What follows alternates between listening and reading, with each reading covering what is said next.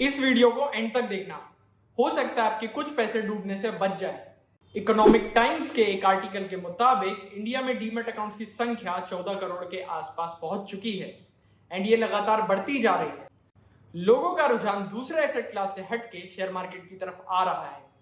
But in सब चीजों को लेके मैं इतना कंसर्न क्यों हूँ? क्योंकि इन सब का नॉलेज हमें ना ही स्कूल्स में मिलता है, ना ही हम घरों में खुल के इसकी बात करते हैं। तो hello everyone, this is CA Sharad Bagra. मैं प्रोफेशन से एक चार्टर्ड अकाउंटेंट और एक रिसर्च एनालिस्ट हूँ और मेरा मकसद है पर्सनल फाइनेंस के नॉलेज को घर घर पहुंचाने तक का। बढ़ते डीमैट अकाउंट के साथ शेयर मार्केट में न्यू इन्वेस्टर्स के नंबर भी बढ़ते जा रहे हैं। जहां लोग शेयर मार्केट में प्रॉफिट बनाने के मकसद से आते हैं, वहीं कुछ छोटी छोटी गलतियां करके वो इन प्रॉफिट को लॉस में कन्वर्ट कर लेते हैं। इस वीडियो में हम देखने वाले हैं कि शेयर मार्केट में इन्वेस्ट करते हुए न्यू इन्वेस्टर्स को क्या पॉइंट दिमाग में रखने चाहिए ताकि वो इन लॉसेस से बच सके। Number 1, running behind penny stocks. Honestly speaking, शुरू में मुझे भी पेनी स्टॉक्स बहुत अट्रैक्ट करते थे, बट जैसे जैसे स्टॉक मार्केट में मेरा एक्सपीरियंस बढ़ता गया, मैंने अपना एक्सपोजर पेनी स्टॉक से कम कर लिया। मैं ये नहीं बोल रहा हूं कि पेनी स्टॉक्स बुरे हैं, बट एज अ बिगिनर हम fundamentally strong penny stocks identify नहीं कर पाते हैं और हम ऐसे ही बेकार पेनी स्टॉक्स पे पैसे लगा देते हैं and we end up losing our hard earn money. थोड़ा टेक्निकल हो गया, राइट? आइए इसे एक एग्जांपल की मदद से समझते हैं। मान लीजिए मैंने mister A and mister B को सेम अमाउंट दिया to invest, that is 7,000 rupees. Mister A ने उसका गोल्ड खरीद लिया एंड मिस्टर बी ने उसका लोहा खरीद लिया। गोल्ड 1 ग्राम के आसपास आया होगा एंड लोहा 100 किलो के आसपास आया होगा। सो क्वांटिटी के हिसाब से देखें तो हमें मिस्टर बी का इन्वेस्टमेंट ज्यादा ल्यूक्रेटिव लग रहा है क्योंकि भाई 100 केजी की क्वांटिटी है। बट फ्यूचर ग्रोथ के हिसाब से देखा जाए तो मिस्टर ए का इन्वेस्टमेंट ज्यादा अट्रैक्टिव है क्योंकि पास डेटा के हिसाब से गोल्ड ने आयरन से बहुत ज्यादा return the. So it's better कि आप 1 रुपए के 1000 पेनी स्टॉक्स लेने की जगह एक शेयर फंडामेंटली स्ट्रॉन्ग जो कि 1000 रुपए का है वो ले लें, क्योंकि पेनी स्टॉक जितना जल्दी आपका पैसा बनाते हैं उससे ज्यादा जल्दी आपका पैसा डुबाते भी हैं। Second mistake is not starting early. Compound interest is 8th wonder of the world. ये बात बोल के एल्बर्ट आइंस्टाइन तो चल बसे, पर क्या कभी आपने जानने की कोशिश करी है कि ये कैसे वर्क करता है? कंपाउंड इंटरेस्ट का फायदा आपको तभी मिलेगा जब आप जल्दी से जल्दी मार्केट में एंट्री लेंगे और लंबे समय तक बने रहेंगे। आपको ये बात जान के हैरानी होगी कि मिस्टर वॉरेन बफेट की 99% ऑफ द वेल्थ उनके 50 इयर्स कंप्लीट होने के बाद बनी। इसलिए बोला जाता है कि स्टॉक मार्केट में पैसे बनाने के लिए स्मार्टनेस से ज्यादा आपको पेशेंस की जरूरत होती है। चलिए इन सबको वैलिडेट करने के लिए एक एग्जांपल भी देख लेते हैं। सो अज्यूम 4 लोग हैं।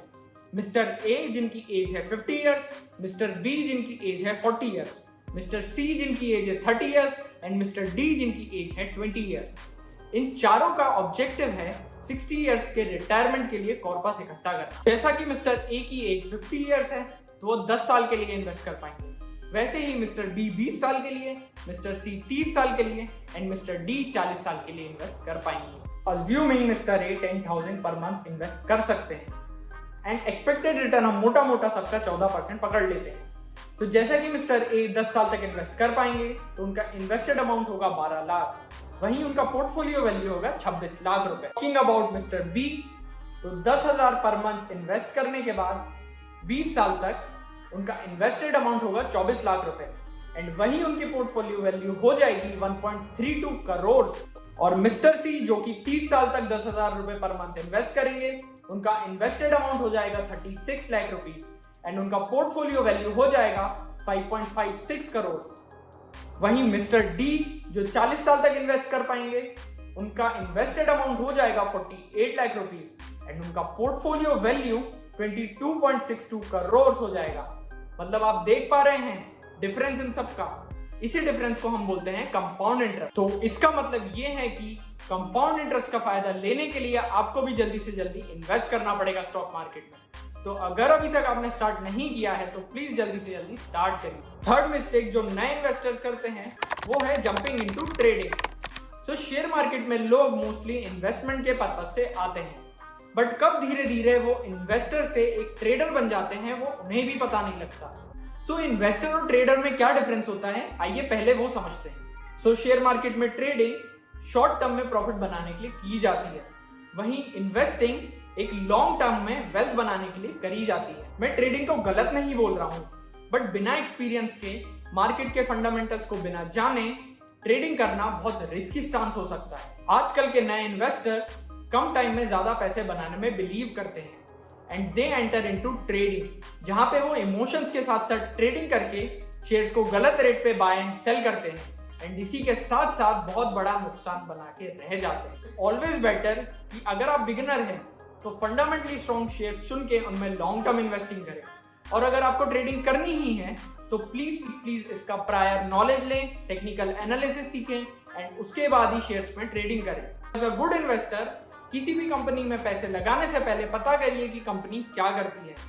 दूसरी बात, आप पता लगाइए कि कंपनी जिस इंडस्ट्री में ऑपरेट करती है उसके ग्रोथ प्रोस्पेक्ट्स क्या है। फॉर एग्जाम्पल, अगर आप टायर शेयर में पैसे लगा रहे हैं तो टायर की इंडस्ट्री की ग्रोथ एनालाइज करिए, like 5 to 10 years down the line tyre sector की ग्रोथ क्या है। थर्डली, आप एनालाइज कर सकते हैं कि जिस कंपनी में आप पैसे लगा रहे हैं उसका मैनेजमेंट कैसा है, उस पर कितना डेट है, उसका शेयर होल्डिंग पैटर्न कैसा है एंड अदर थिंग्स। बिकॉज बिना कुछ जाने किसी कंपनी के शेयर खरीदना इज लाइक गैम्बलिंग, इसलिए सावधान रहें और सतर्क रहें। I hope this video was helpful, और इस वीडियो ने कुछ वैल्यू क्रिएट करी हो तो प्लीज लाइक कर देना and don't forget to subscribe to our channel. Happy investing.